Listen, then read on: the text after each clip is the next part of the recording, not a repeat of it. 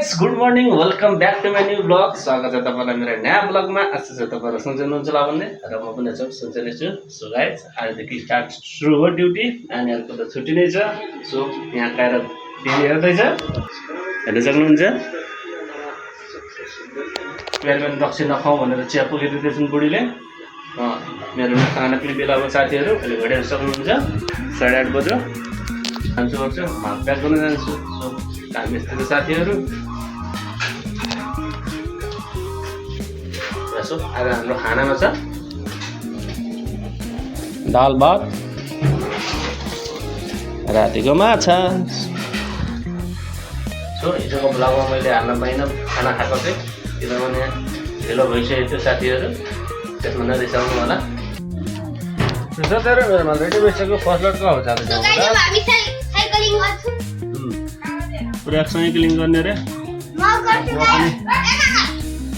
बाटो खाना पैसा माग्ने हुन्छ साथीहरू। मेरो सिकाउमा पनि रेडी भइसक्यो। अब जाँदैछु बजार। यहाँ बुढीहरू सरसफाइ गर्दैछ फ्याक्ट्रीको। सो हेर्न सक्नुहुन्छ। यता बुवा चाहिँ माल मिलाउँदै हुन्छ हाम्रो बाबु। र म जाँदैछु बजार। सो यता बाइक गर्न सक्नुहुन्छ भरेछ। आउँछु म घरै 2 बजे। गाइस फाइनली म घर आइसकेँ। सेकेन्ड पनि सकेर अहिले घडी सक्नु 2:30 बज्यो। खाना खान्छु गर्छु, एकछिन गाडी एकछिन रेस्ट गर्छु।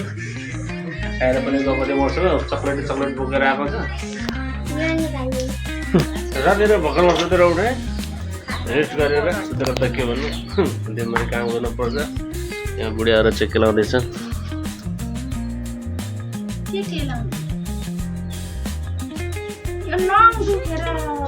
बुढी केलाउँदै हुन्छ यहाँ 2 जना। यिनीहरू चाहिँ पुरा कुदी खेल्दैछ। लडिस बनायो अहिले तेरो।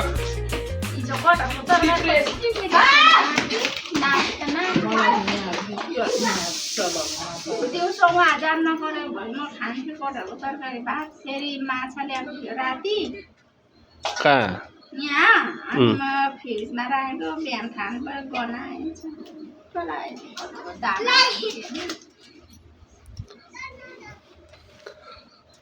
मम्मी आइकन त दाना पनि पाएको छैन होइन। बेलुका त्यो भएर मोटाइसक्यो भन्दैछ। भरेदेखि म पनि जानु पर्यो। मेरो पनि भुँडी लागेको छ। यहाँनिर बढेछ कि आएको भोलि फेरि भुँडी अस्तिकाल घटेछ। मेरो त यस्तोमा त के पनि हुँदैन मलाई।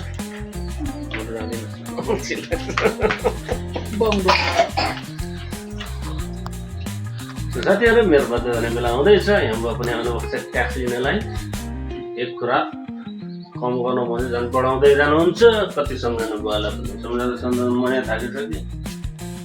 सो अहिले त खानु बसिने बिहान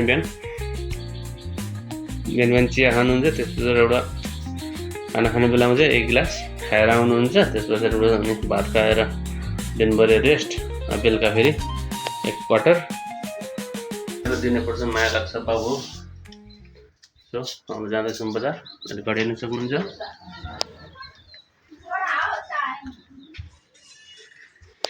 सो अहिले घडी हेर्नु सक्नुहुन्छ साथीहरू।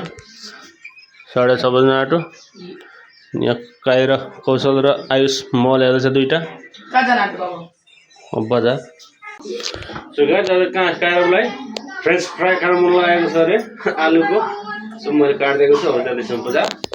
सो हेर्न सक्नुहुन्छ यहीँ बुढी अहिले बनाइदिने भनेको भने त तरकारी पकाएर बनाइदिनु भन्दैछ। जनसङ्ख्या यत्रो छ साथीहरू, हुँदैन एउटा दिउँ भने त्योभन्दा राम्रो बरु ढिलो बनाउने ढिलो खाने। नगद साथीहरू भर्खर म खाएको कि अहिले घडी हेर्न सक्नुहुन्छ। 8:30 बज्न आँट्यो। आज काँडा काटेर हिरो बनेको छ। मलाई थाहा पनि थिएन। म त अघि सुतेर उठेँ, यसो हेरेँ त कपाल काटेर आएको रहेछ। Hello guys, Roman is rich.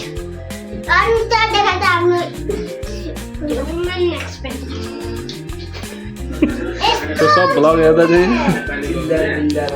यहाँनिर अघि फ्रेन्च फ्राई खाने भनेको मैले सस ल्याइदिएको छु। भर्न सकिसकेको छ यिनीहरूले। तर बोलाउँदै हुन्छ जानु न अस्ति न हो अलिकति ल्यादा म पनि खान्छु कस्तो हुँदो रहेछ सुधारेर भात अहिले एकछिनमा हुन्छ त्योभन्दा अगाडि खाँदैछु म फ्रेन्च फ्राई जुन यहाँ मेरो बुढीले बनाइदिएको रहेछ हेर्नु कस्तो छ राम्रो म पनि बनाउँछु एक 2 किलो आलुको साथीहरू कति बन्द होला है कति छ त्यो ताजा आउनु पर्छ क्या कति छ राम्रो छ आलुको क्रन्ची हुनु पर्ने होइन मसिसकेको बसिसकेको होइन कि तातो तातोमा खानु अघि क्रन्ची थियो तातो तातो ओ धेरै पतला त्यसलाई कसरी बनाउने भन्छ सुरुमा उबाल्ने आलुलाई कहाँ अनि फ्रिजमा राख्ने भक उबाल्ने अनि के त लाग्छ कहिले खाएको जस्तो नगर्नु नि यसमा के गर्नुपर्छ दादा कर्नफ्लोर हाल्नुपर्छ कर्नफ्लोर अनि त्यसले कडा हुने हो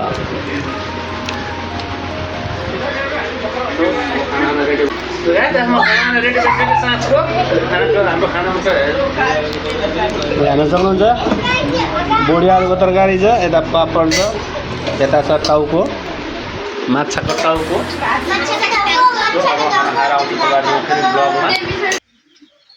साथीहरू आजको लागि भिडियो यति नै भिडियो मनपर्ने लाइक शेयर गर्नु नबिर्सनु होला च्यानल नयाँ हुनुहुन्छ भने प्लिज सब्सक्राइब गर्दै मलाई नेक्स्ट भिडियोमा good bye see you by